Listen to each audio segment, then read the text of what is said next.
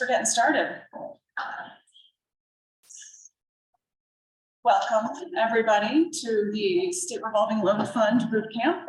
My name is Ashley Lucht. I'm from Quantified Ventures. I am the SRF Solutions Team Lead with QV. I have spent pretty much my entire career working in the State Revolving Loan Funds. First 15 or so years was with Vermont's Drinking Water State Revolving Loan Fund as the program manager. And then I joined the Vermont Bond Bank, which provides access to capital for many of those same revolving loan or those same borrowers, in addition to essentially every municipality in Vermont.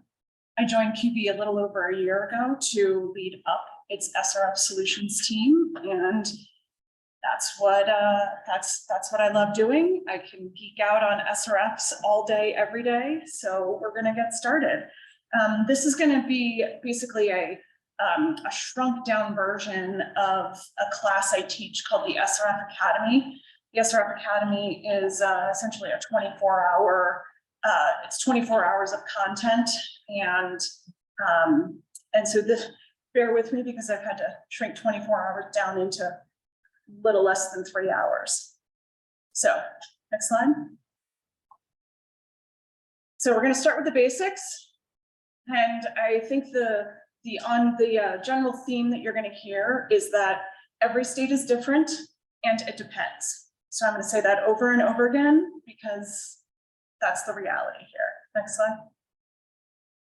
So what are the SRFs? At a basic level, the state revolving loan funds are a loan interest loan program that is designed to address public health and environmental priorities. The money comes from the federal government through EPA, it comes from state match, and in some states it comes from bond proceeds for those communities or those states that do what's called leveraging.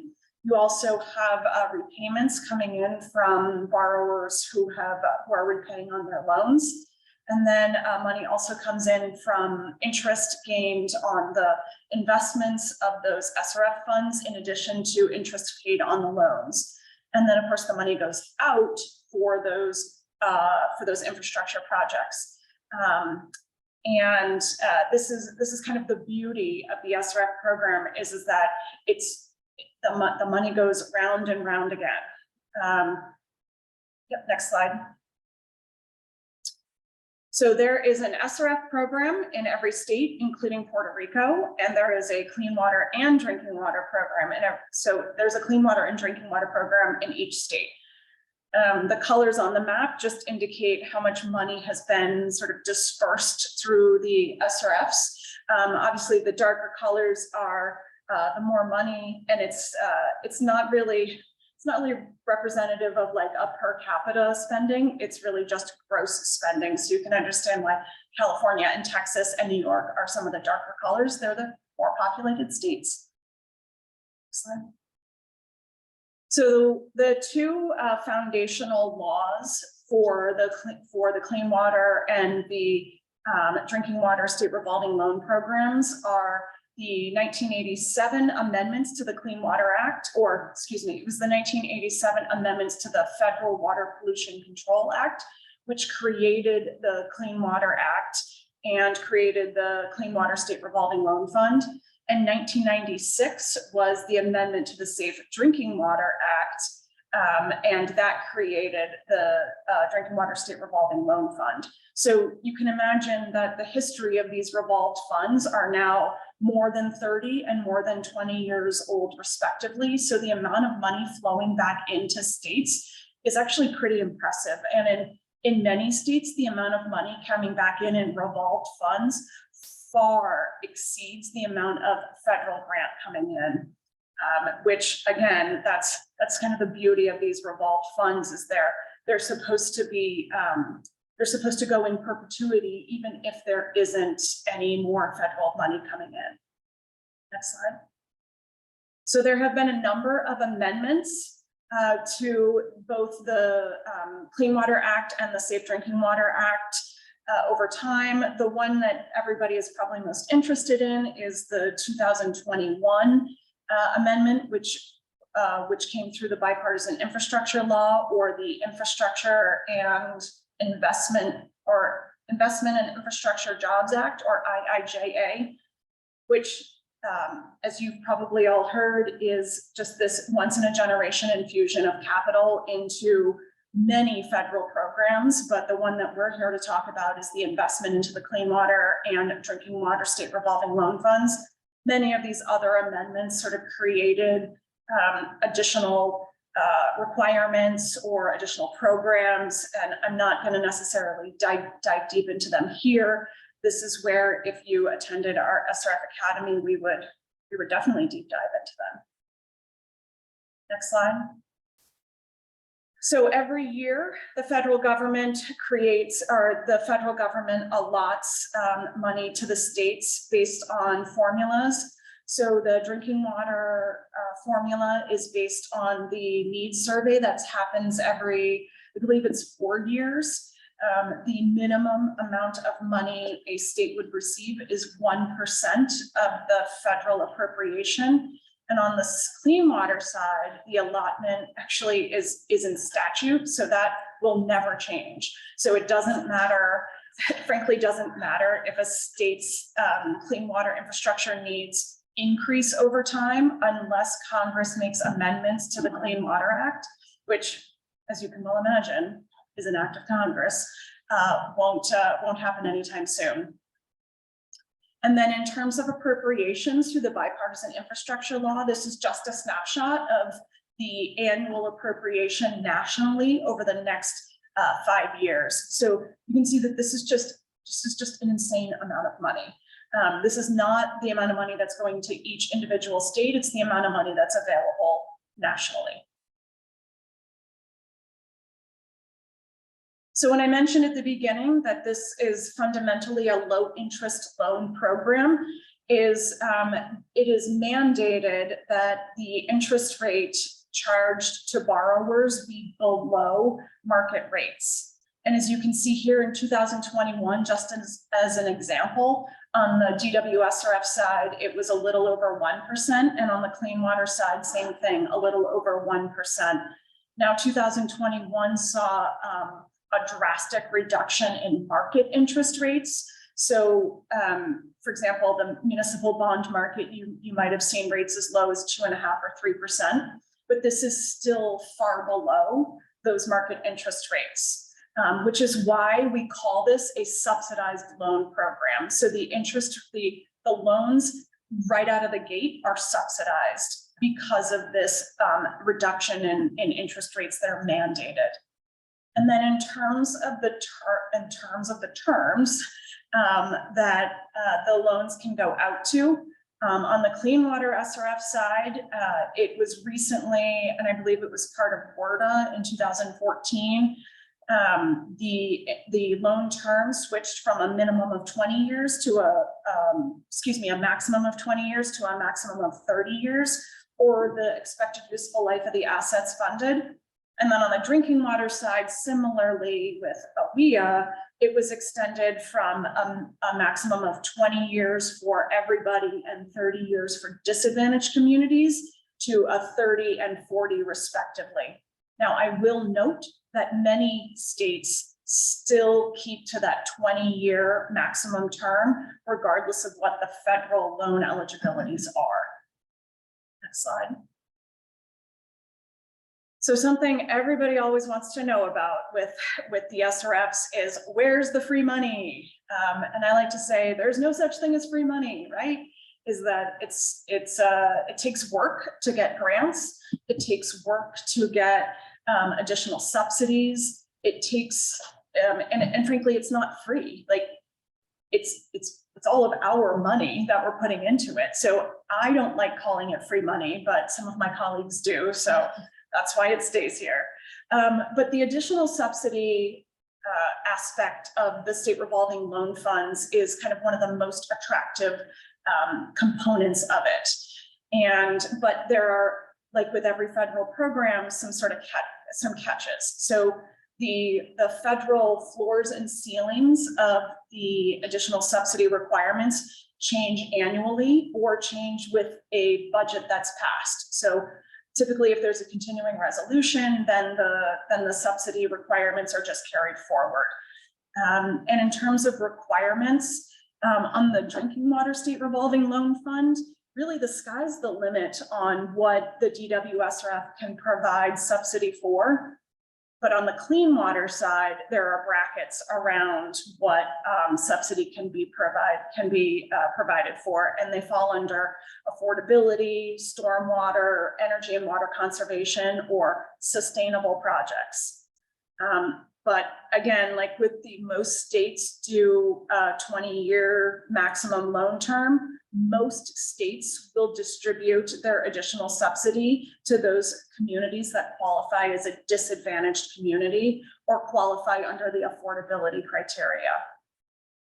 And really, an intended use plan that a state puts out is kind of the secret decoder ring for how the state is going to implement their program. And that you will find in those documents, you will find how the state plans to disperse the money for that year.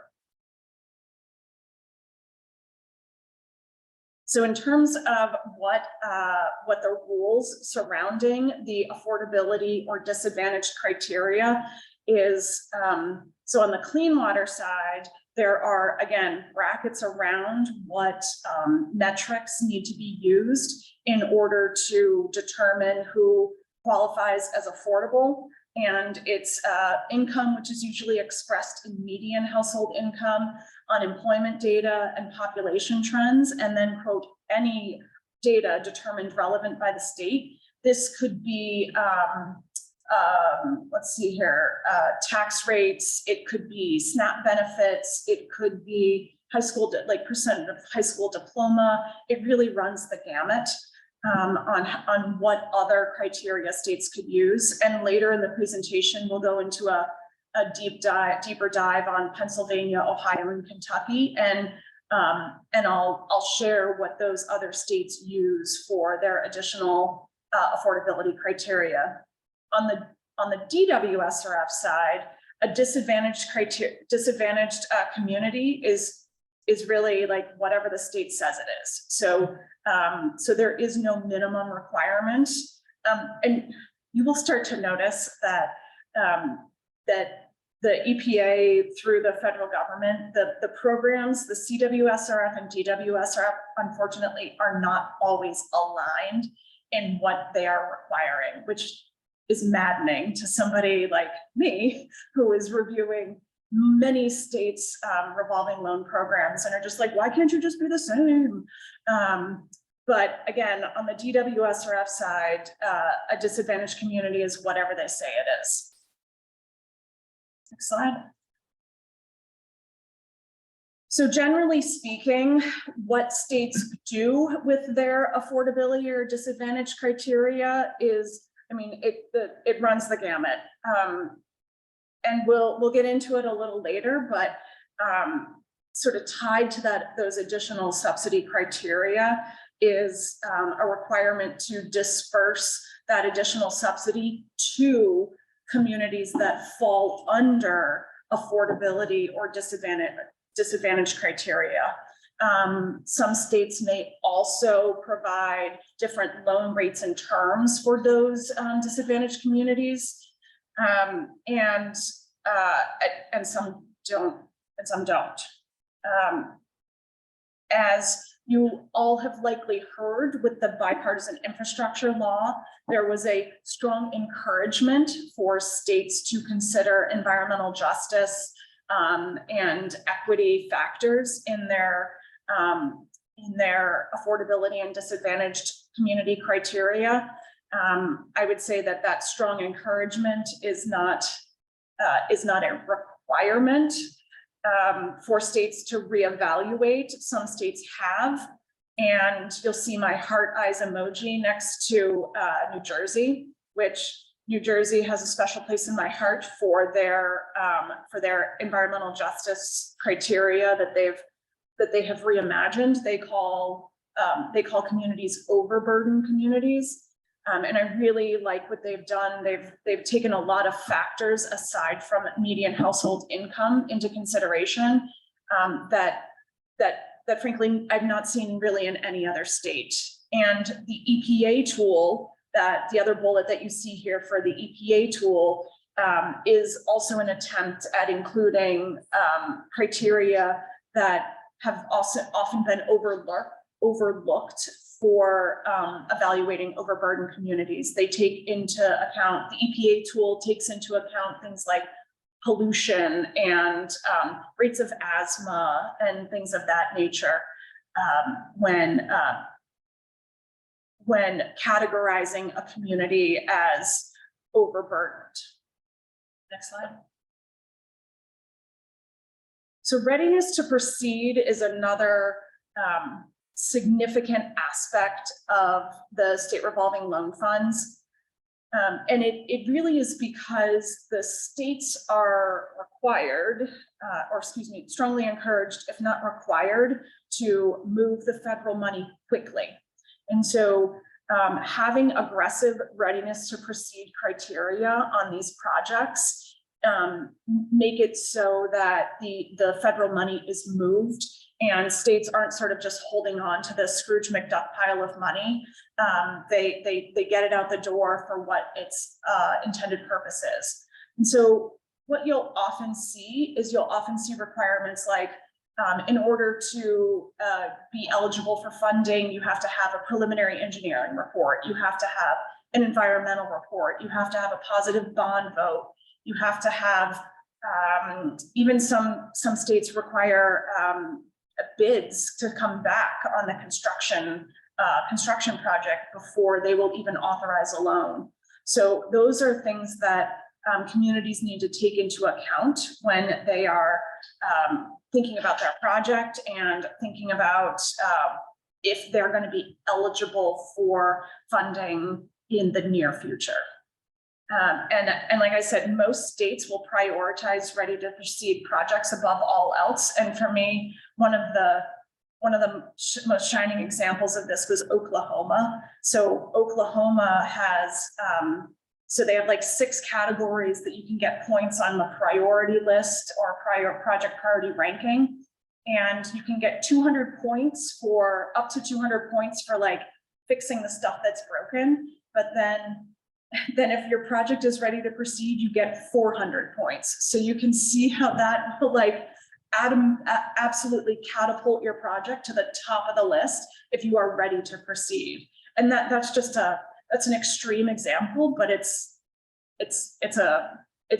how readiness to proceed is used. Most states provide a checklist of kind of like what their specific criteria is for their own definition of readiness. Yeah, so back to that intended use plan being the secret to code ring. The readiness to proceed criteria is often included in the intended use plan. It could also be found in what's called the priority list application. I'll have a slide on that a little later, but states usually, every state is different and it depends. They usually will be very transparent in what you have to do in order to be eligible for funding and sort of the milestones that you need to meet. But I have a slide on it later. All right, so next slide. This wouldn't, the SRFs have a lot of strengths built into them.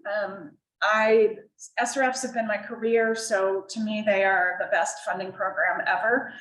So for me, the strength slide should be like 6 pages long, but I only had so many bubbles.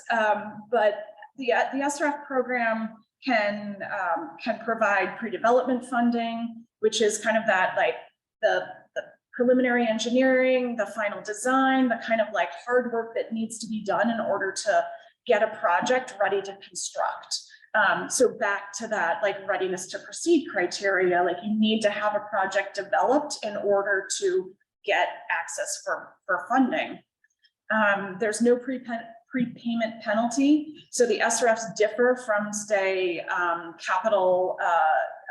the capital market in that you can pay off that loan if you have an influx of money from a rich donor. You can't do that in the bond market. There are extended loan terms, which I mentioned on a previous slide. Non-federal match. This is something that catches a lot of people by surprise, is people are like, oh, but isn't it a federal loan program? How can the SRFs be a non-federal match if it's a federal loan program? And the answer is, it's because of that repayment money that comes back in. Is the repayment money it sort of loses its federal colors. I like to call it laundered money, although it's not laundered, let's be clear.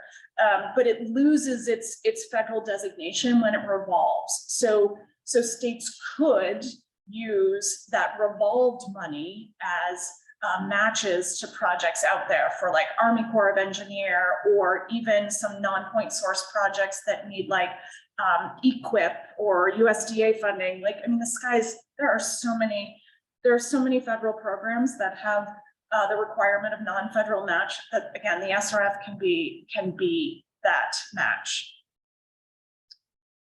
So it's not always sunny, right? It can't all be good news. Like, the SRFs have to have some negatives, right? They do. So it's a federal loan program. So there are federal requirements associated with this money, even if it is frankly the laundered money. The revolved money. And those federal requirements can be onerous. I do have a section on that a little later today. The application process can be tedious. It can be lengthy. SRF funds are not fast money. It is not something to be used in an emergency. It is slow, admittedly so. Fees that are associated with these programs can add up. Sometimes they're a little hidden.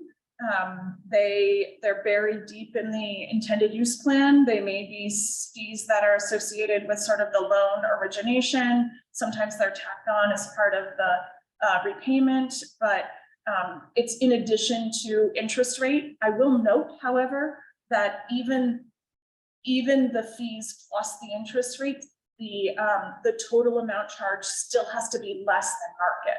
So you will never have a state's program that has an interest rate plus an administrative rate that added together exceeds the market.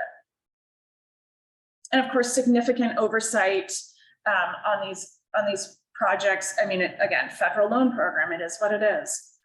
And as we are seeing across many sectors, there are state staffing shortages. Again, these state revolving loan programs are a generation old. And so many of the people who began in these programs are retiring, and it takes a long time to sort of get those positions funded in state government, and then to get those people knowledgeable about the program. I mean, I've been in the state revolving loan program for almost 20 years, and I'm still learning new things about it. So that is a significant problem, is getting state staff, which is why we have, again, the SRF Academy to teach technical assistance providers, or engineering firms, or people out in the public who want to access the SRF program. Sometimes those TA providers might know more than the state employees themselves, just because the state employees may be so new. Next slide. I'm not going to go through this. It's really just a pretty map that was put together by the River Network. And I appreciate, can you go back one? And I appreciate the River Network's work that they did on this process. So that is at the end of my basics portion. Are there any questions about the basics? Anybody online? Nothing. Okay.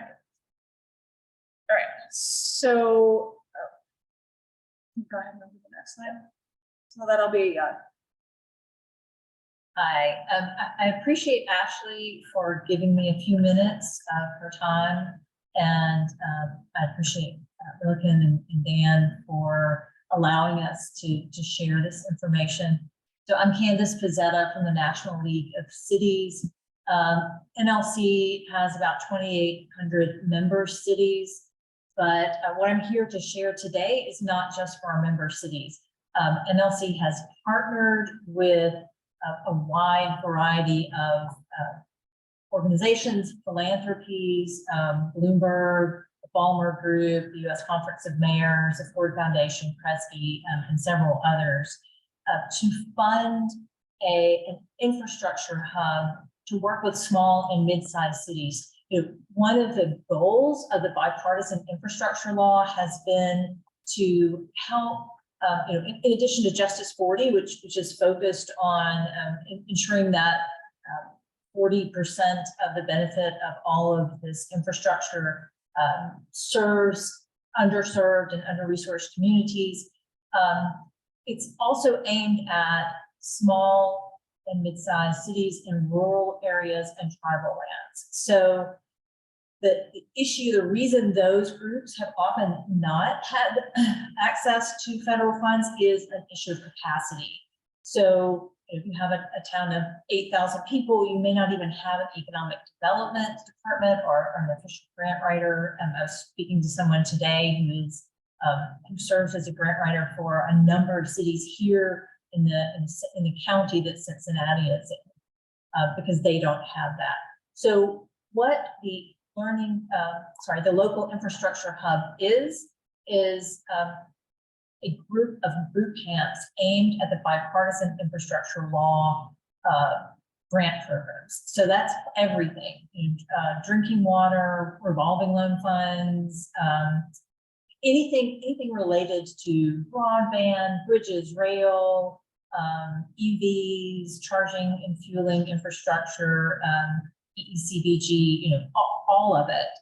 And every 4 months, we offer 5 free boot camps. And starting this week, we have 5 bridge, rail, broadband, neighborhood access, and I always forget one, so it will come to me in a moment. They change every 3 months. And what we encourage people to do, and what this QR code is go ahead and, if you are a small city or town, sign up for the boot camp. You will not only be given access to webinars and information. We have a website that you can get information from. Here's the thing about these boot camps. It's really special and meant to help kind of these small communities get over the hump of writing a grant proposal. It's that we bring in subject matter experts. So those folks, if you're doing broadband, those folks who really know about broadband access and funding for broadband and how to build industry partnerships, we bring them in. They meet with the cities in small coaching groups, and then you also would have access to them for one-on-one meetings. And we foot the bill for that, or rather, our partners foot the bill for that. That really is part of our overall goal to ensure equity of access to these federal funds. So if you are a small community, if you are a nonprofit that works with small communities, if you are, I met someone from an energy company today, and they said, well, we don't do that kind of work, but we would love to share the link to your hub with some of the small towns that we do work with. So anyone who's interested, there is the registration link here. You can also email me directly if you want to. My name is Pizzetta. My email is Pizzetta. It's like pizza. It actually means little pizza, I swear. PIZZETTA@nlc.org. Could you put that in the chat? So you can email me if you have questions. I appreciate the time. Again, Ashley, I know you have a lot to cover, but having the information and having the support for using that information in a way that can really help you have a successful, high quality grant, that's what we're doing. Thank you.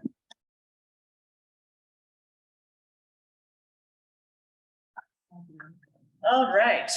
So we're gonna do a a medium dive into the clean water SRF.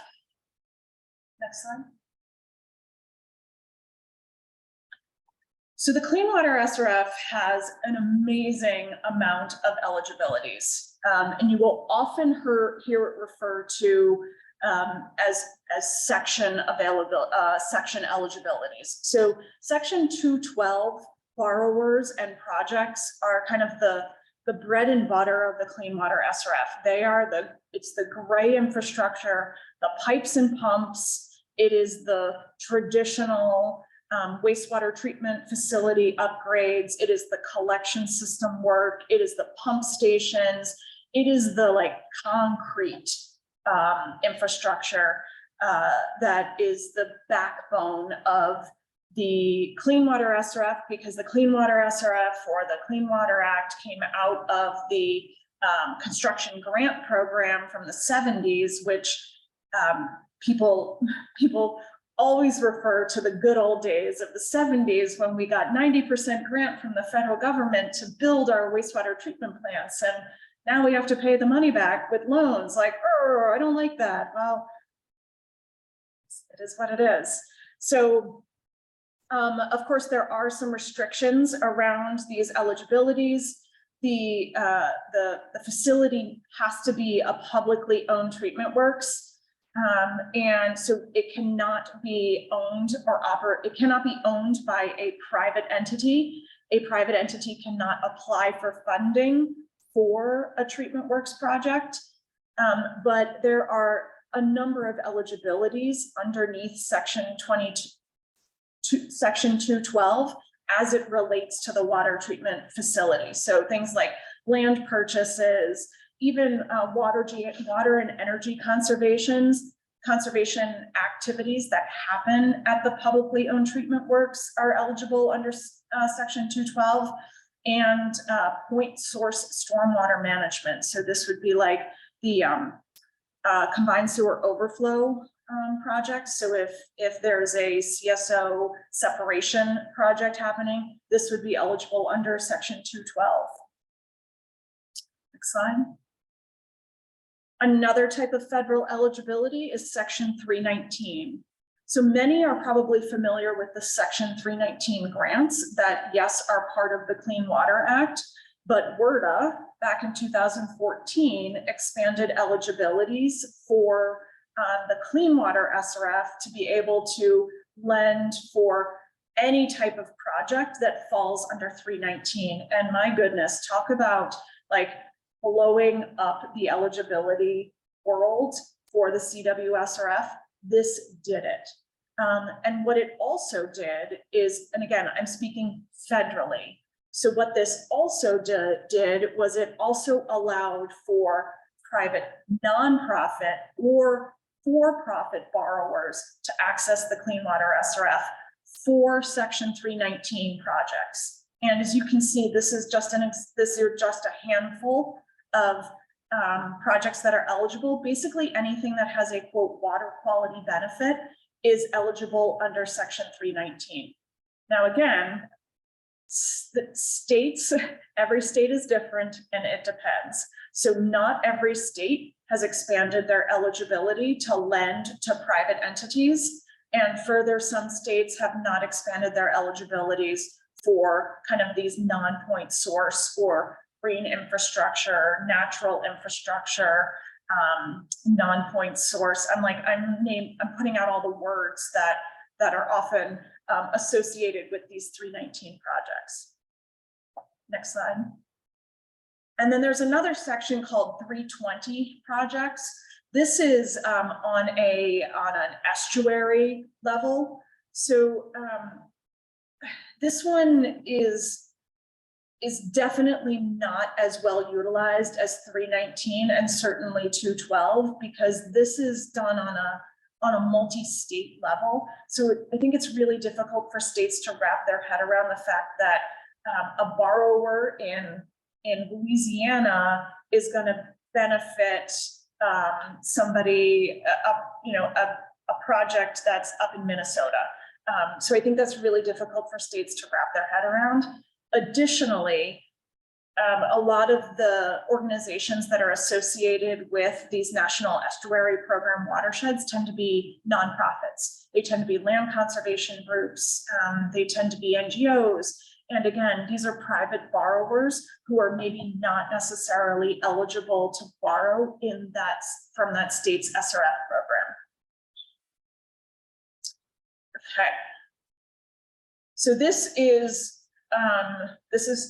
subject to change based on my review of states' intended use plans, but this is essentially the states that currently lend to private borrowers. Now, there are some asterisks here. For example, New York does lend to private borrowers, but they're not doing it this year. Their IUP said, we can do it, but we're not going to do it this year.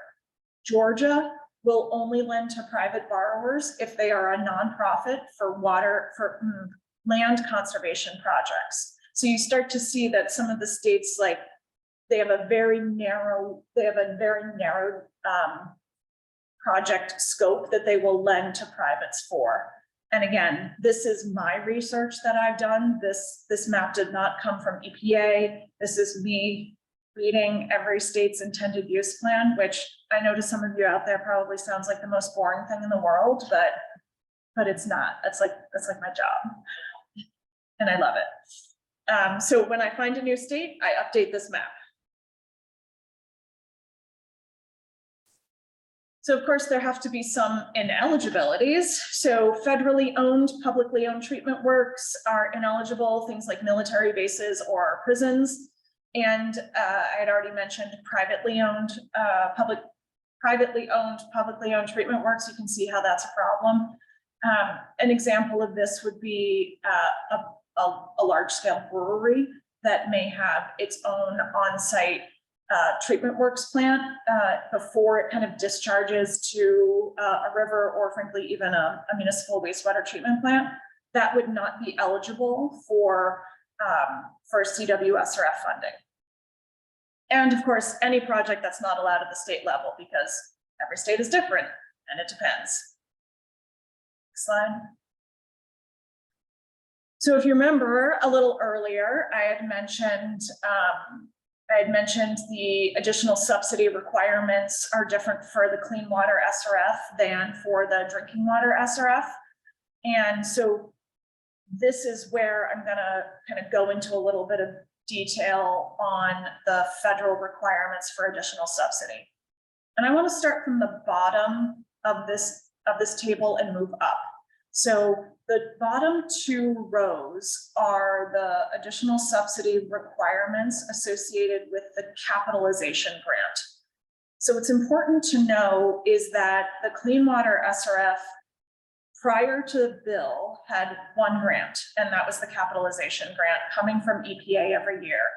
With the addition of the bipartisan infrastructure law, you now have the base capitalization grant, you have the bipartisan infrastructure law general supplemental, and you have the bill emerging contaminant grant. So you now have 3 grants that the state is managing for the next couple of years. So again, the bottom 2 rows are the additional subsidy requirements for the base loan grant. So states need to provide a minimum of 10% of that capitalization grant, and it can go to any borrower. So the state can be like, you borrower gets 10% of our grant as principal forgiveness. Or it could spread it evenly around. It can do whatever it wants. Further, there is a floor and a ceiling of 10 and 30% of that base capitalization grant that must go to one of those 3 bullets. So it either needs to go to communities that meet the affordability criteria, those who are have some challenging wastewater rates, and then kind of the bucket, the water efficiency, stormwater, or sustainable projects bucket. What you will often see is states merge the 2. So instead of 10% going to everybody and 10 to 30% going to one of those 3 bullets, the state will be like, okay, well, we have to give a minimum of 20% in additional subsidy, and we're just gonna do it to one of these three buckets instead of providing it to everybody. The next row up is the emerging contaminants, and 100% of that federal grant needs to be provided as additional subsidy to any eligible borrower.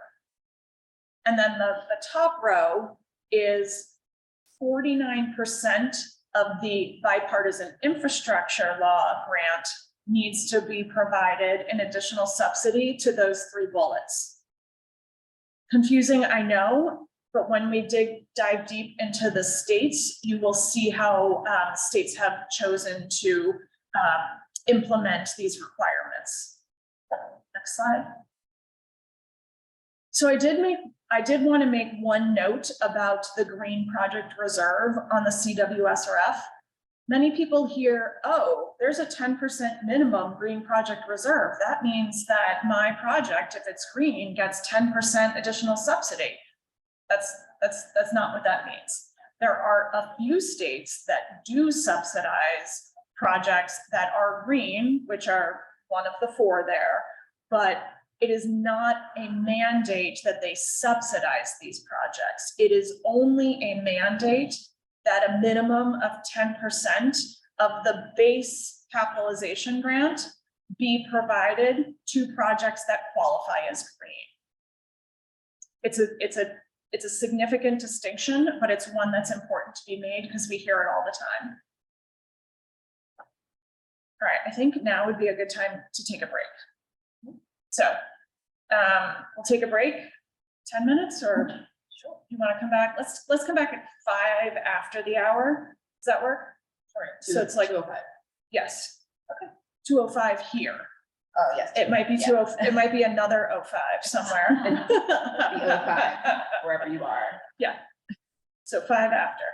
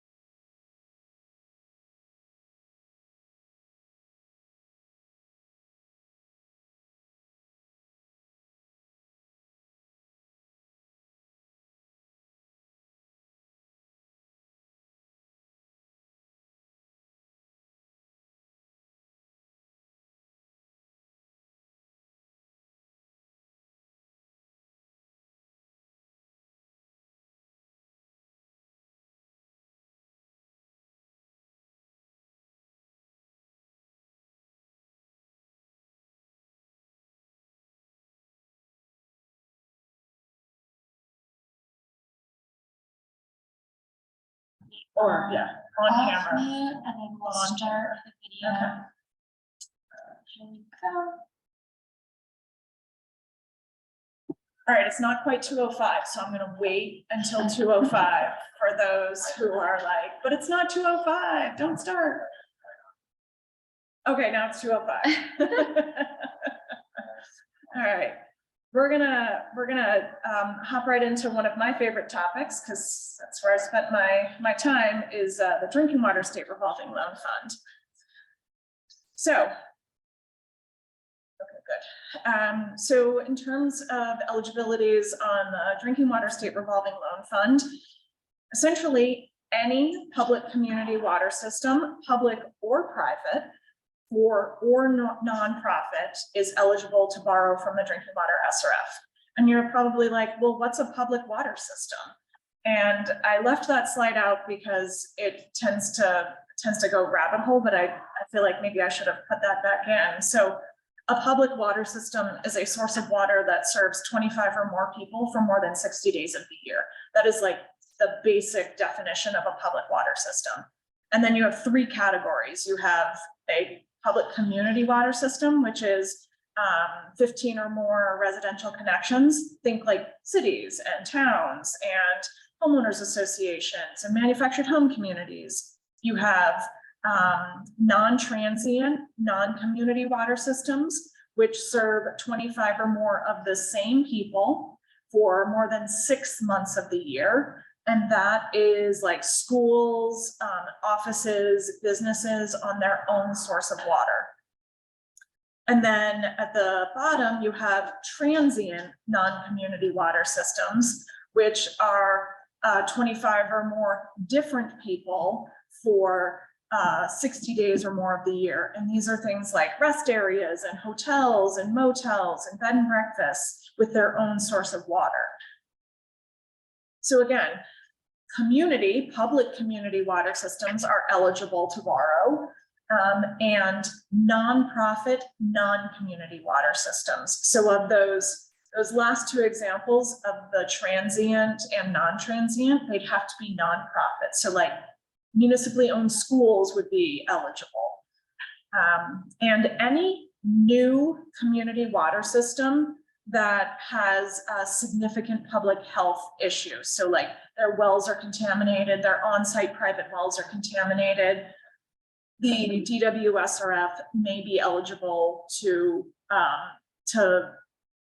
lend to an entity that is going to sort of consolidate all of them and create a new public water system.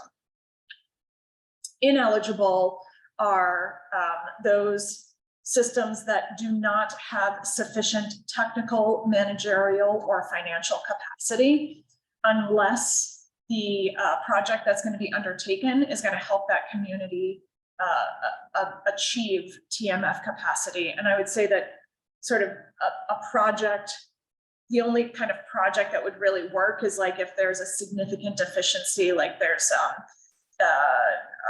not continuous disinfection, or if there are drinking from a surface water source that's not treated, for example, that would be a significant technical deficiency, but a project would address that.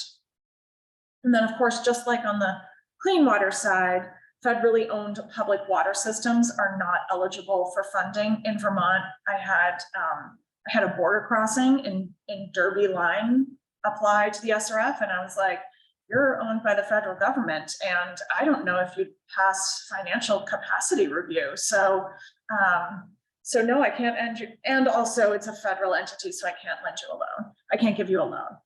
And also for-profit non-community water systems. So think a manufacturing facility would not be eligible. So the type of projects that are eligible, just like on the clean water side, there was that category that said anything that has a water quality benefit is eligible. On the drinking water side, any project that helps or that achieves or maintains compliance with the Safe Drinking Water Act is eligible. And this can run the gamut from leak detection and fixing leaks, to water and energy conservation, to consolidation, treatment, source exploration. I mean, it really is all over the map. And also, we need to keep in mind that the SRF programs are really designed for the highest and best use project, which provides the most cost-effective solution. And if you were to participate in our SRF Academy, we would do some breakout sessions where we would give you some eligibility examples and make you decide, have you decide whether it was loan eligible or not. And one of those examples is kind of it's a trick. It's like, okay, well, this project is going to cost a lot more than an alternative. Is this SRF eligible? But we're not going to get into that here. So I did want to point out one eligibility, just because it is in the news a lot more now, is the concept of the service line, or the lead service line replacement program. So just to back up a little bit, just like the Clean Water SRF has now 3 grants for the next couple of years, is the DW SRF program now has 4 grants. So the base capitalization grant, the bipartisan infrastructure law general supplemental, the lead service line grant program, and the emerging contaminant grant program. So, so 3 new grant programs that need to be managed by the DW SRF. But service lines have been eligible for a number of years under the base loan program. And of course, with the addition of the lead service line grant program, this sort of exploded in the amount of service lines that can now be eligible. And what's interesting and relatively new about this eligibility is it doesn't matter whether the service line is on private property and whether that service line is going to be owned or controlled by the municipality. Prior to, and I believe it was 2016, OEA is infrastructure on private property needed to be owned or controlled by the municipality. But as of 2016, that is no longer the case. So infrastructure now can be publicly funded, even if it is going to be on private property. And especially with lead service lines, there is now the requirement that if a municipality finds that there is any lead in the service line, whether it be up to the municipal corporation, which in this picture here would be the curb stop, or whether it's on the private side, the municipality must replace the entire service line up into the interior plumbing. And if they can't or won't, then they shall not touch that main line. So like they can't, the municipality can't just sort of replace that portion from the sort of the gooseneck and the curb stop, or that corporation from the main line to the curb stop. No longer can they just replace that. They'd have to sort of leave that in place. And when we're talking lead service lines, we are also talking galvanized steel lines and leaded joints and ductile iron pipes. It doesn't have to be a true through and through lead pipe. And there is more information on that link about lead service line replacement and sort of that requirement that the entire service line needs to be replaced. Next slide. So like with the Clean Water SRF, there are a handful of ineligibilities. They mostly revolve around things that are like routine, so ongoing operation and maintenance expenses, routine testing, water hauling, or purchasing of bottled water is not eligible. Growth-driven projects, so if a municipality wanted to provide water to an industrial park, that would not be DW SRF eligible, because that is growth-driven or system expansion projects. Also, land purchase or easement purchase is not eligible for DWSRF, except land or easement that is associated with the water treatment plant or the storage tank or the source. Only property directly related to the infrastructure is eligible. And then you can read the others. So in terms of additional subsidy, again, I'm going to work from the bottom up. So the bottom two rows are the additional subsidy requirements associated with the capitalization grant. So just like with the clean water SRF, there is a goal of 14, well, it's like a floor and a ceiling of 14% of that capitalization grant that can go to anybody. In addition, there is a floor and a ceiling of 12 and 35% that must go to disadvantaged communities. And this is these are the communities that fall under the state's definition of disadvantaged. Now, again, most states will combine the requirements. So they'll say, okay, well, we have to give a minimum of 26% of additional subsidy to our disadvantaged communities and a maximum of 49%. The next line up is the lead service line requirement. So a min and max, so a requirement of 49% of the lead service line grant must be provided in additional subsidy to disadvantaged communities. For the emerging contaminants, similarly, as with the clean water SRF, is 100% of the federal emerging contaminant grant must be provided in additional subsidy. And further, which is different from the clean water SRF, is 25% of it must be provided to those communities that qualify as disadvantaged community or their population is under 25,000. And then finally, the top row is the bipartisan infrastructure law general supplemental grant. 49% of the grant needs to be provided to disadvantaged communities. I know you're like, those are a lot of numbers to remember, and that's really confusing. And yes, it is, if this is the first time you're hearing it. I promise you, the more you hear it and the more you play with it, and also when I show you the state examples, it should start making sense. Although I'm going to asterisk and say that Kentucky doesn't make any sense. And I will also note that in terms of these percentages, the 49% doesn't mean that every disadvantaged community gets 49% additional subsidy. It means that 49% of the federal grant gets subsidized. So a state could choose to provide a disadvantaged community with 100% additional subsidy.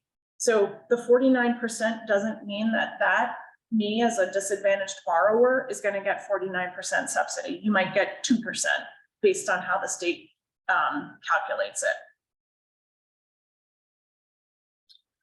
Something that is relatively unique to the DWSRF is this concept of set-asides.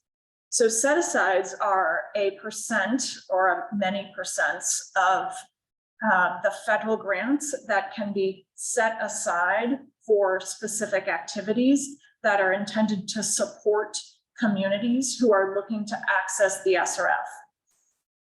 The Clean Water SRF has always had an administrative set aside, and up until recently, or I should say recently, they started a 2% technical assistance set aside, but I didn't go into that because a lot of states are just like, I don't know what to do with this yet, so we're gonna let you know later what we're gonna do with that.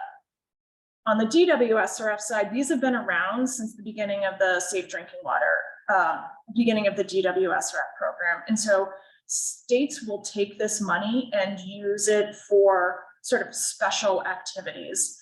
And I mean, I could talk for a long time about really some of the creative uses of these set-asides. Know that not every state takes the amount that they're eligible for. And if they don't take it all, it means that that money stays essentially in the construction pot of money. So more money available for infrastructure projects as opposed to contracts to help support communities. And finally, on the DWSRF side, I did want to touch on the idea that source water protection is something that should be obvious would live in the DWSRF program, because you think, oh, source water protection, that's like, I'm required to have a source water protection plan if I'm a public water system. You know, protect the source, protect the. It's a tagline from EPA. It's like, I'm blanking on it right now, but it's like, protect the source. And yes, states do has some flexibility in use of the set-asides to achieve source water protection. But like I said in a previous slide, is DWSRF funds cannot be used to purchase land. For example, land around a source water protection area. So if there's a lake or a stream or a pond or an impoundment, and a parcel of land comes up for sale that's ripe for development, the municipality cannot use the DWSRF program to purchase that land or to purchase that easement. And it is because in statute, it's very clear that while the DWSRF would pay for the treatment of any impact on the source from that development, it cannot be used to mitigate that development. So frustrating.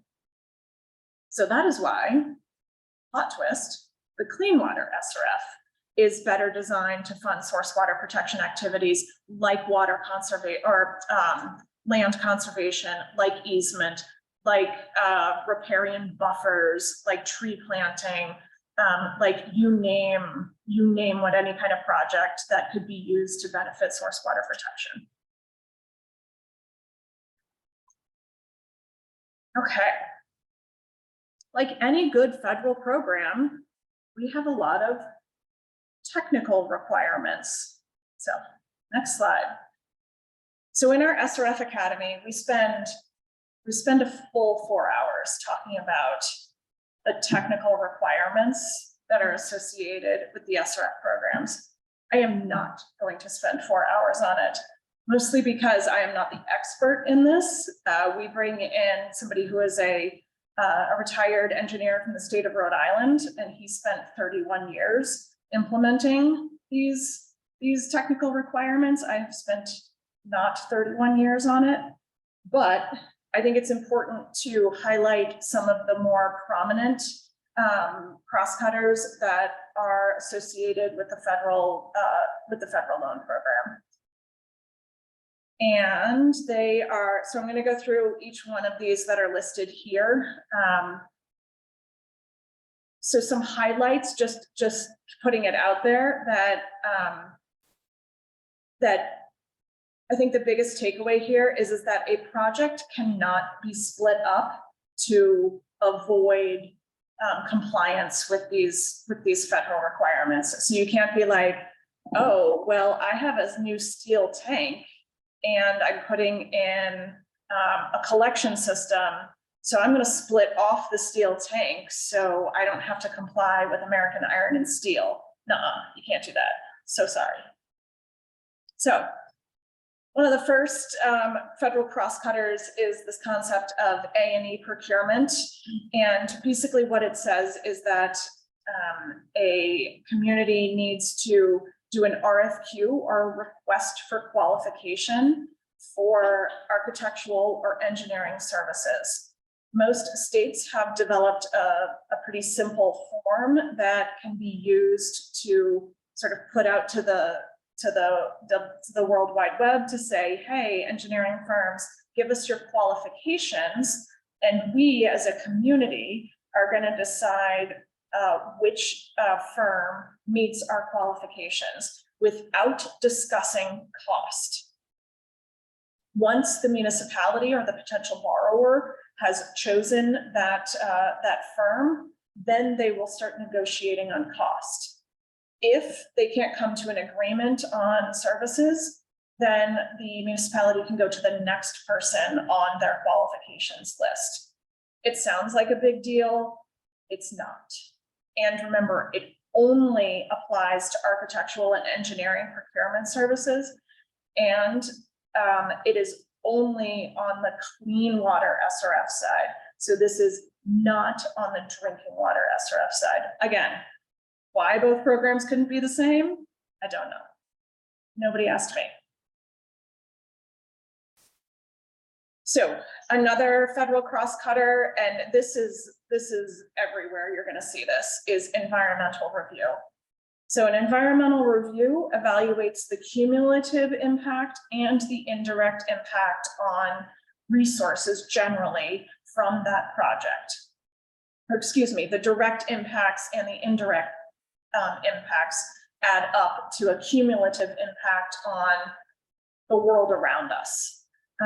And what will often happen is a project is sort of looked at from,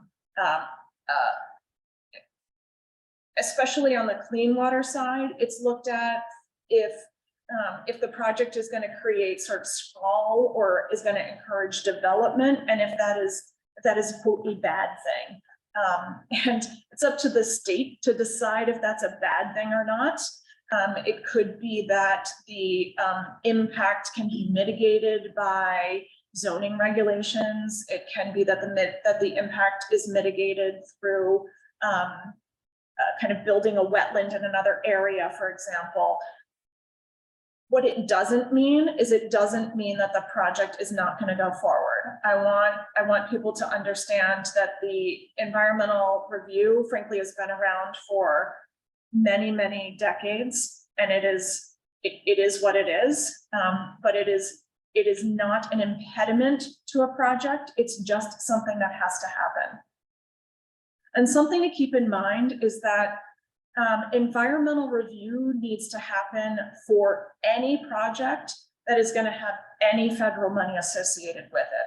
So even if a borrower chooses not to use the state revolving loan fund, if they choose to go to, say, USDA rural development or community development block grant or Army Corps of Engineer or transportation, or you name the acronym, they are going to have an environmental review completed. So this is not something that you can get around unless you're going to use quote your own money. And even still, there may be state environmental review procedures that need to be followed.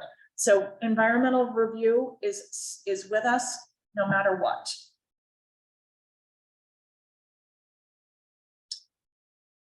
Another federal crosscutter that often gets people like, oh, I'm not doing the SRFs, that seems like a lot of work, is the requirement to provide workers with Davis-Bacon wage, the prevailing wage requirement. So this came about during, I believe it was the Works Projects Administration. So it was in the 30s that this started.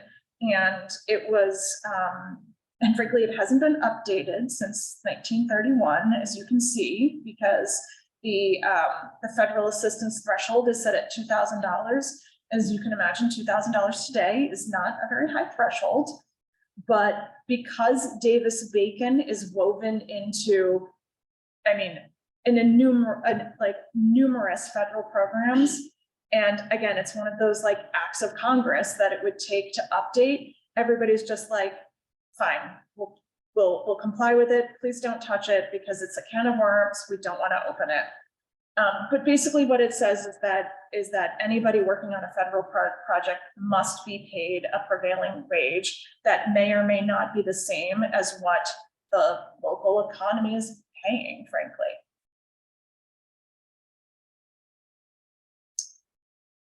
So another requirement is this idea of disadvantaged business enterprises. So it is saying that that bids need to be, that construction projects need to be competitively bid, and that disadvantaged and or which could include minority-owned or women-owned business enterprises sort of get the first crack at applying for or seeing the contracting requirements so that they can bid on it.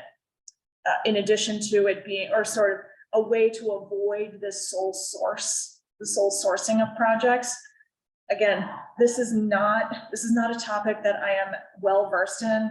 We have somebody who's an expert who will spend a lot more time talking about this. So I'm just touching on the high points.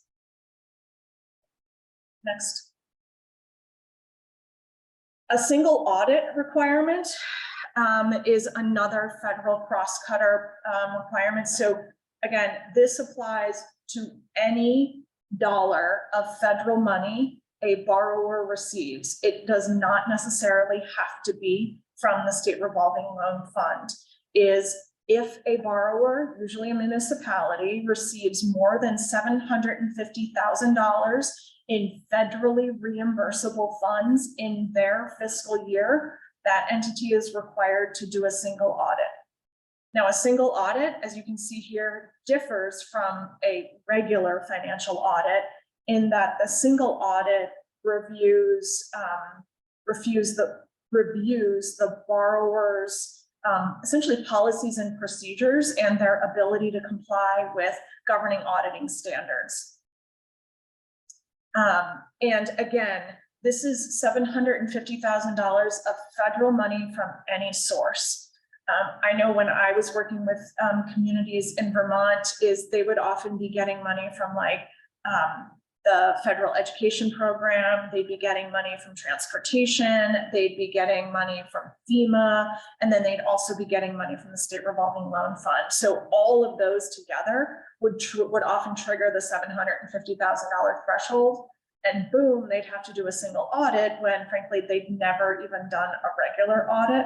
And so you can imagine the thickness of the audit that came back to that community. They were often not very good audits. A lot of findings in those communities. Next, please. So this requirement is a new one, BABA, Buy American, Build America. So this requirement actually is not for, it won't be imposed on every single SRF borrower. It is only going to be imposed on those borrowers who qualify as an equivalency project. I am not going to bore you with what an equivalency project is. If you want to know about it, take the SRF Academy or Google it. But essentially, the Buy American, Build American requirement says that every piece of equipment or every tool, everything that is going into that project needs to be built in America. Yeah, full stop. So, and again, this applies to any type of infrastructure project that is funded by the federal government, not just the CWSRF or DWSRF.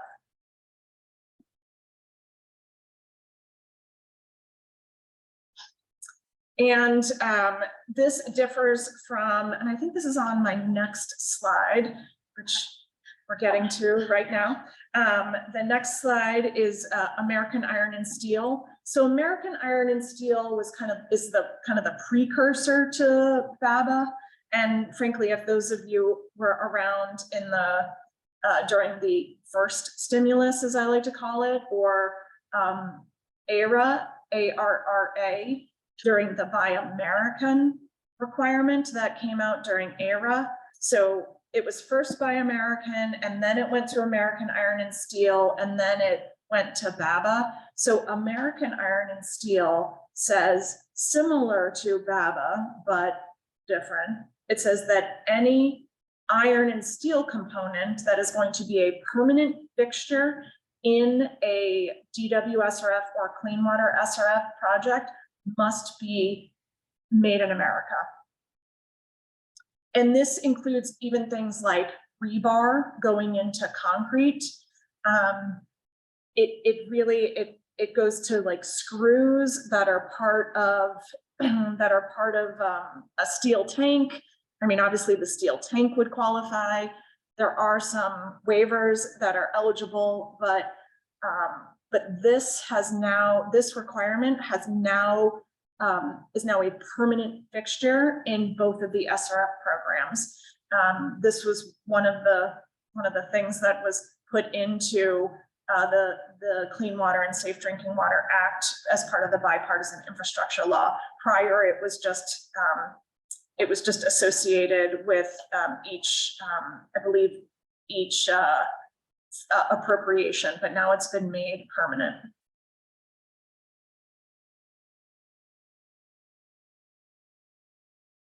Another requirement is signage. So a receiving borrower needs to make sure that they acknowledge where the money's come from. And this doesn't necessarily have to be on an actual sign. Fun fact, a community could put it on their Facebook page or on their town's website. It could be on a flyer that gets stuffed into a bill. It does not have to be on a giant sign that sits out in the middle of nowhere that nobody's going to see.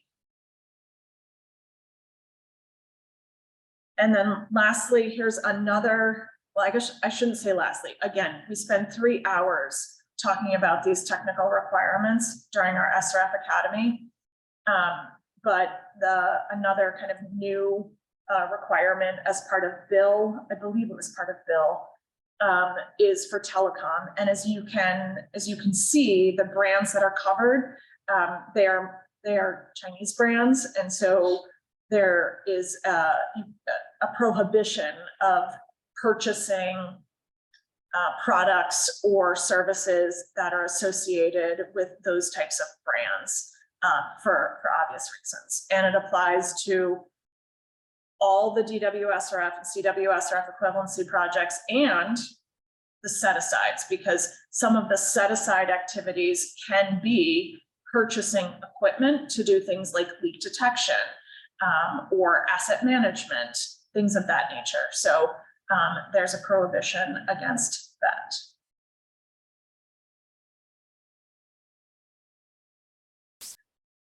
Okay, onto the loan process.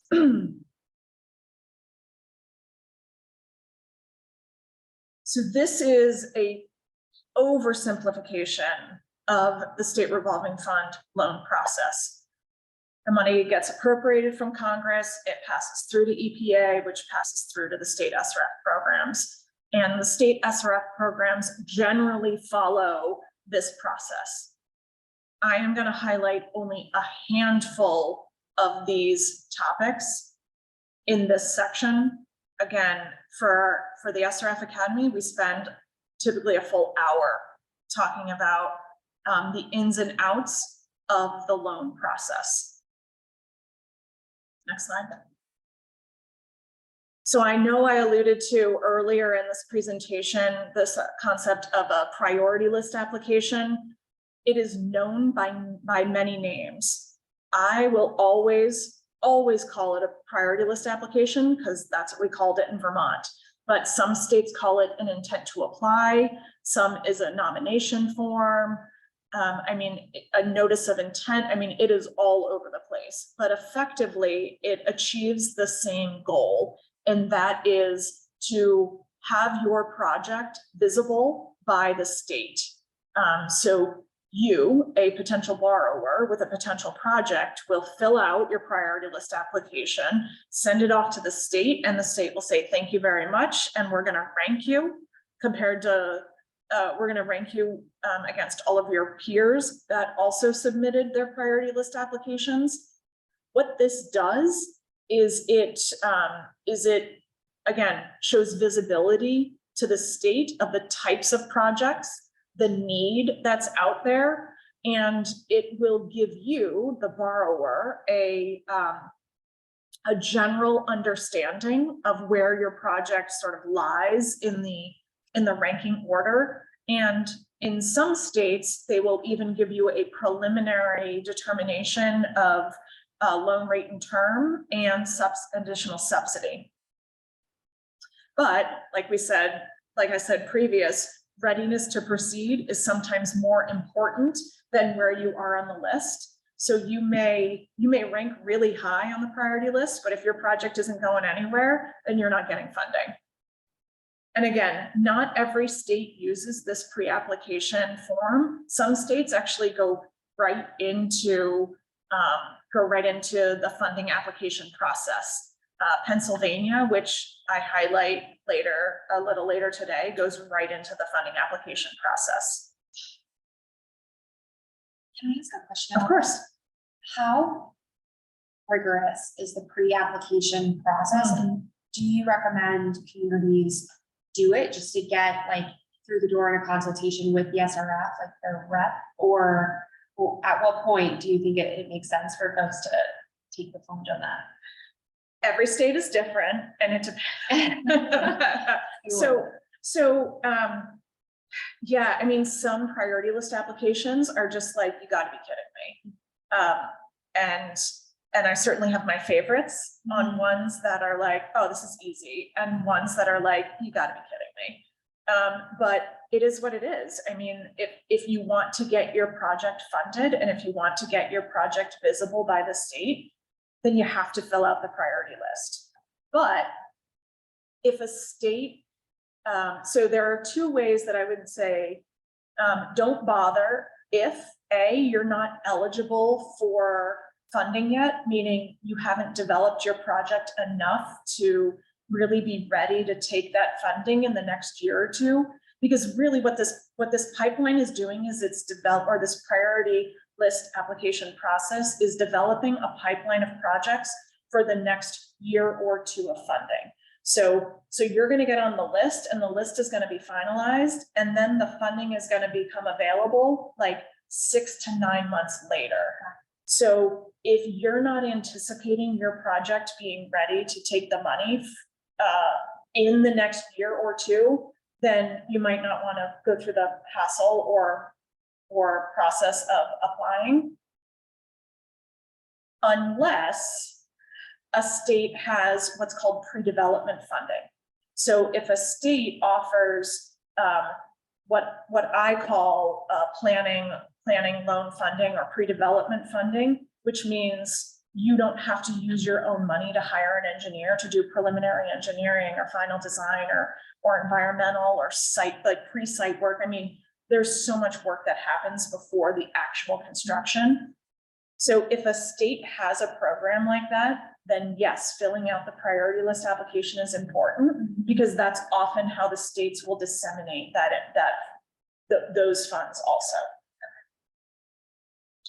All right, readiness to proceed. So Rachel, you asked what are kind of some readiness to proceed milestones that communities need to meet, and on the right-hand side are just kind of like some very high-level types of milestones that need to be achieved, and then there's the milestone checklist. So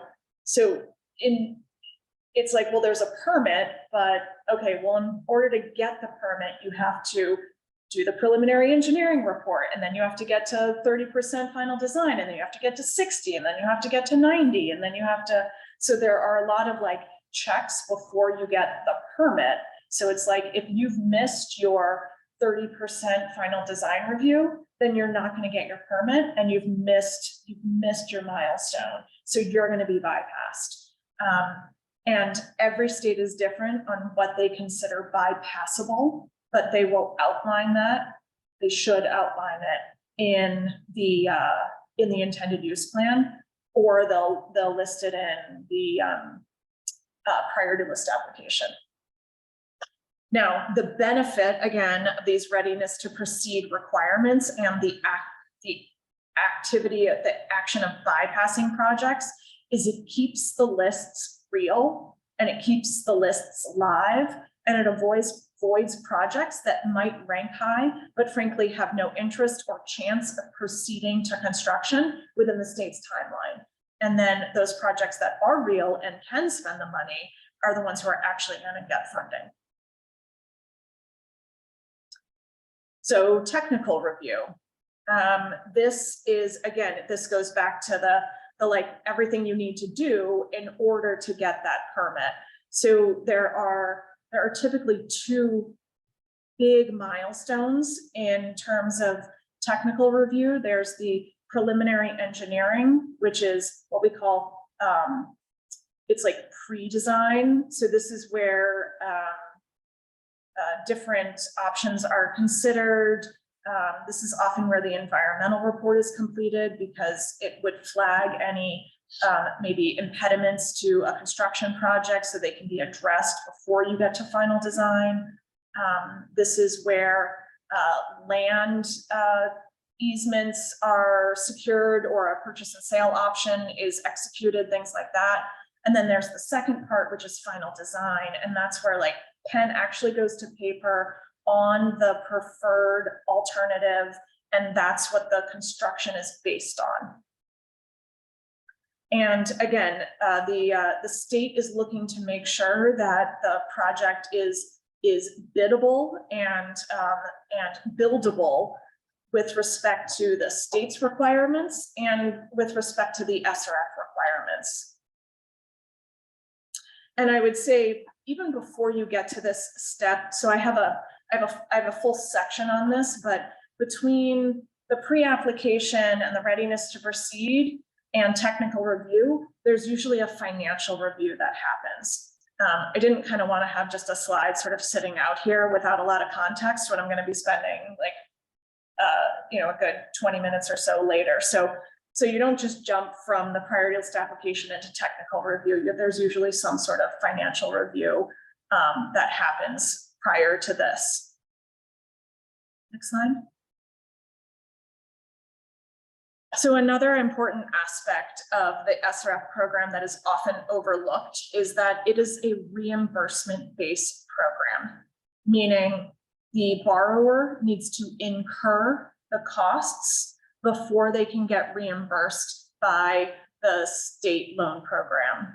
And what this means is especially for the really small communities, is it means they may need to seek out short-term financing for, it's like a line of credit so that they can pay their contractors, they can pay the engineers for work completed, and before they can get the reimbursement from the state. I know in Vermont, a lot of communities would just go to their local bank and use the loan authorization letter that I would produce as like, see, I have a loan, I'm getting money, I promise I'll pay you back. And so they would already have a relationship with their local bank and the bank would give them a line of credit. Now the line of credit does not need to be for the full project cost. It really only needs to be for kind of the most expensive month and for only 45 to 60 days, maybe of cash flow during that most expensive time. Yes? Bridge financing for those pre-development funds that might be issued, or most of these are for the larger capital costs? Communities can, and some do. So some communities may use a ban or bond anticipation note. So that is one way to go. But frankly, there's a lot of really small communities that don't have the bandwidth to take out short-term financing or even to pass a bond vote yet. So that is like, I'm glad you brought up the pre-development, because in my opinion, and this, I think I talk about this a little later, but pre-development loan funding to me is like, when we talk about like the secret decoder ring, the IUP is the secret decoder ring. Like, I think that pre-development loan funds is like the key master. Like pre-development funds is the like gate that opens up access to any funding program. And without these pre-development funds, a lot of these really small, under-resourced rural communities are just never gonna have the capacity, whether it be financial or managerial, to take on a project that they need to take on. And so talking about like all of this, like, well, this is how you get a loan from the SRF is kind of moot when you don't even have communities that have the financial capacity to pay an engineer to even do some early design. So, so yeah, that's like the black cloud hanging over all of these slides, and but I'll get to it. So just again, in terms of disbursement, is once you have the loan agreement, that doesn't mean that the money is just automatically deposited into your account. It also essentially acts like a line of credit. So you may receive a loan for $1 million and then incur costs and seek reimbursement for it, et cetera, et cetera. And then when you get to the end of your project, you may only have $900,000 in reimbursable costs. So then you've only got a loan for $900,000. That's also again, the beauty of the SRF programs is that you only pay back what you actually borrow. Quickly through some of these next slides. So in terms of repayment, on the Clean Water SRF side, it says repayment begins a year after project completion. And on the DWSRF side, it says 18 months, but many states still stick to the year. I will say that there are a lot of states that actually do require interest payments on the reimbursement that is drawn even before the project closes. But they are few and far between. Most states stick to this year after project completion for principal and interest payments to start. Let's take we take a 10-minute break. So top of the hour, we'll come back. I am gonna have to, okay. I'm gonna have to not wax poetic about the states. We'll come back. So 10 minutes, top of the hour.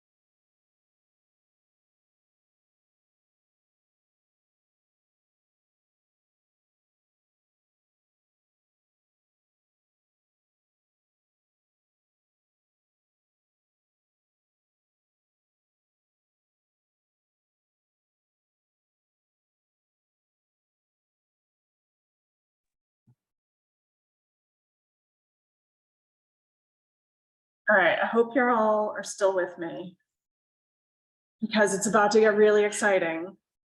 I mean, not that it hasn't been exciting already, because, I mean, what could be more exciting than the state revolving loan funds?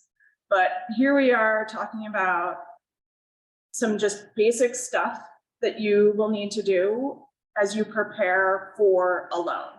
Next slide, please. So the DWSRF has this requirement that states must demonstrate that they have adequate technical, managerial, and financial capacity before they can take on a loan. And I would argue that the Clean Water SRF should have a similar requirement, but again, nobody consulted me. So in terms of what TMF means, these are just some examples of what a borrower can demonstrate or should demonstrate in terms of each T, M, or F.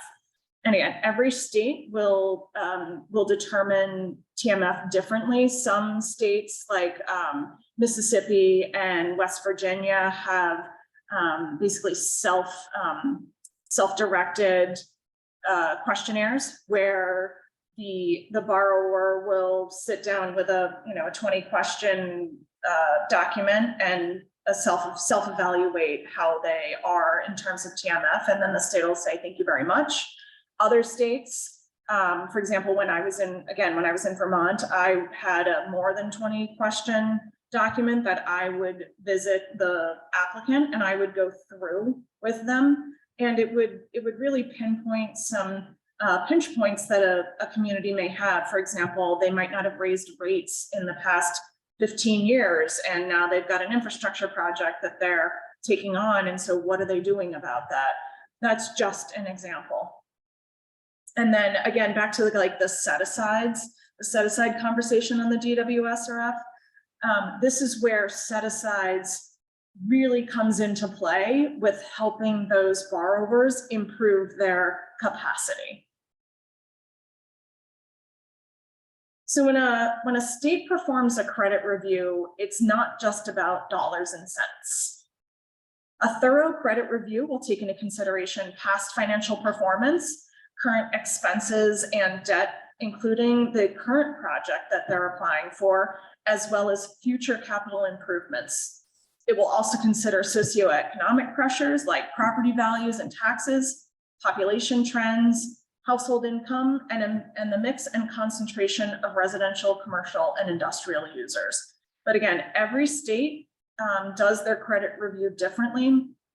And frankly, every state has a different entity for doing credit reviews. So some states will keep it within their SRF program, and the project manager will be the one who does the financial analysis of the borrower, and some states will boot it to an infrastructure authority. So like in Indiana, there's the Indiana Finance Authority, and the IFA is the one who does the credit review for all SRF borrowers. New Jersey, similar. The infrastructure bank in New Jersey does all of the credit review for borrowers. Next slide. And in terms of sources for credit reviews, I mean, it's all over the map.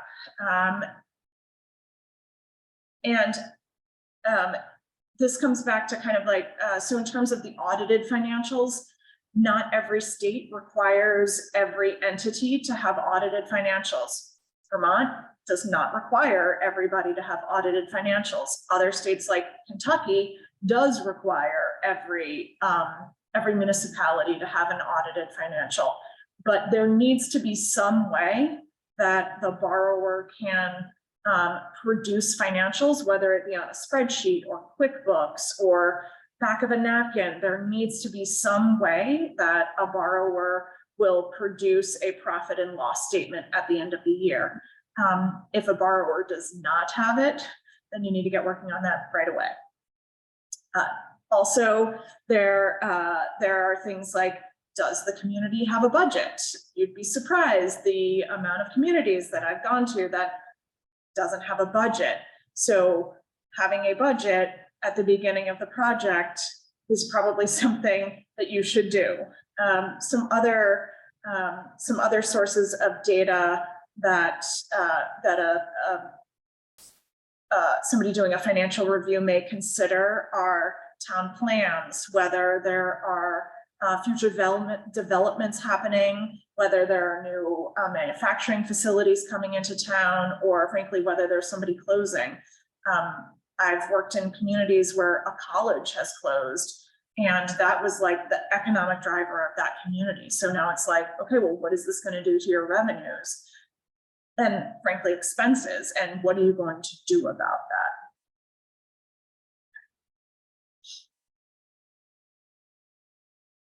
So I would say applicants rarely look good, rarely look perfect. I believe that there's always an opportunity for improvement, but there are some indicators that are more important than others from a credit analysis standpoint, and frankly, from a loan covenant standpoint. Things like debt service coverage ratio, debt to income ratio, reserves, things like that. Those are more important than what is one that I can, like, overall debt, or debt to tax base, or things like that. And every state will conduct some level of financial review on every borrower. And frankly, I would argue that the sooner the better, that if a community is coming in for a pre-development loan, is that a thorough financial review be conducted at that stage, because one never wants a project to get to sort of the construction phase and the applying for the ultimate construction loan, and the financial reviewer being like, you can't afford this loan, and now we're not going to give you a loan, or else you're going to have to increase your rates by 100%, 50% in 1 year, and that might not be tenable to the community. And now the project is delayed, so you have you have potential project increases that are going to happen. You have loss of faith in the governing bodies. I mean, all like, it's like a snowball effect if you can't pass a financial review. But I would say that, in my opinion, I believe state programs ultimately want to get to yes, and they will work with a borrower to, if they have it within their power, to adjust the loan rate and terms to kind of meet those needs. There's also the ability to provide additional subsidy if it's a disadvantaged community, to give extended loan terms, et cetera, et cetera. And I would also note, however, that some borrowers and/or projects simply will not be able to meet the state's minimum requirements for funding. Like, it's just not a possibility. And the state may have an alternative to fund these projects. So for example, in Arizona uses grant money appropriated starting with the 2016 WIN Act, the Water Infrastructure Improvement for the Nation Act, to provide funding to small and disadvantaged drinking water systems. Even though that annual appropriation from the WIN Act is a relatively small amount of money, relative to the overall capitalization grant and the overall amount of money that's available to the DWSRF, that amount of money makes all the difference in the world to those under-resourced communities. And then they don't have to go through the loan program. They don't have to meet the federal cross-cutters. They don't have to do all of the stuff and things that are required to access the DWSRF fund. Next slide. And these next two slides are just going to be a little bit of a soapbox for me. So in terms of paying for infrastructure, I look at kind of the world in 4 boxes. There's pay as you go, or pay go, and this is when you put money in your capital budget every year to do some amount of infrastructure work. Pay go is typically something you see in the much larger systems, because pay go doesn't really make a lot of sense unless you're putting millions of dollars into an annual appropriation. There are reserves, which means you save in advance for the replacement of infrastructure. But that means that you have to have a line item in your budget in order to sort of contribute to the reserves, which means that your rates have to be adequate to cover. Your expenses can't exceed your revenue in a certain year. There are all sorts of implications for ensuring that you contribute to reserves. You can get loans, which means you're paying back the project later and over time, and then you wait to get subsidies or grants. You either get subsidies through grants or principal forgiveness. And this is where you let somebody else pay. Right? I don't have to pay for it. Somebody else can pay for it.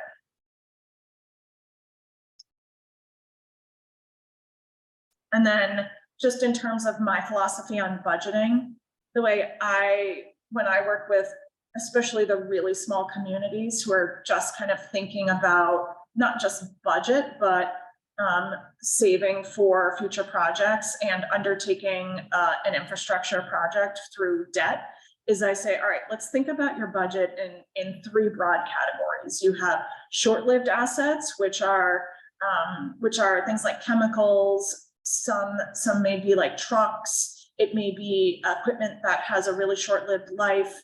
Those are assets that should be part of your budget. And then you look at assets that kind of have a medium-term life expectancy. So pumps would fall under this. Some may argue that meters would fall under this. And this is where a community should save. So this is where the reserve budgeting comes from, because you don't want to be taking out a loan for something that has a life expectancy of 10 years. It costs a lot to take out a loan, and frankly, you don't want to be taking out, for example, a 20-year loan on an asset that's going to last 10 years. That doesn't make any sense. And then you might not get a lender who's going to provide you with that funding. And then when it comes to long-lived assets, things that have a 20+ year life expectancy, those are the types of things that I would recommend you borrow for, especially in the world of, this was more of a thing a couple of years ago when the markets had a really low interest rate associated with their financing, but especially with the SRFs, is because the cost of capital is so low in some of these programs that the opportunity to extend the repayment over a longer period of time provides for what's called intergenerational equity. So the users of that asset over the next however many years are the ones who are paying for that benefit, as opposed to trying to save in a relatively short amount of time for those long-lived assets. Then the people who are using the asset now, who are getting the benefit of it, are frankly paying it forward and are paying for future generations to benefit from that asset. Okay, now we get into the good stuff.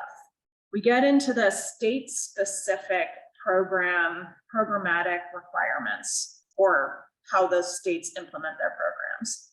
First off, we have Pennsylvania. So I'm gonna geek out on you. I'm gonna use a lot of local terms and phrases. So I just need you to stick with me. And I'm not gonna read every slide verbatim. So Pennsylvania is a very interesting program in that, like I said, I think I said that in terms of their, in terms of the way that they implement their program, they don't do that priority list application. They don't do the ranking. Essentially, you are applying for a loan at the get-go. You are dumped right into the process, and we'll have to start meeting those readiness to proceed criteria in order to continue to be eligible for the loan. And Pennsylvania will set their loan rate and terms based on the unemployment rate of the county. So it's not based on median household income. It's not based on any other factors except unemployment rate. And their interest rates will not go lower than 1%. They also will look to target the, in terms of providing additional subsidy through principal forgiveness, they'll look to target the user rates, whether it be the drinking water user rate or the wastewater user rate, to a range of 0.5% to 1.25% of median household income. You're running out of power, aren't you? And we don't have a way to plug you in, do we? Yeah. Do you, how much time? I That says have, 14 minutes.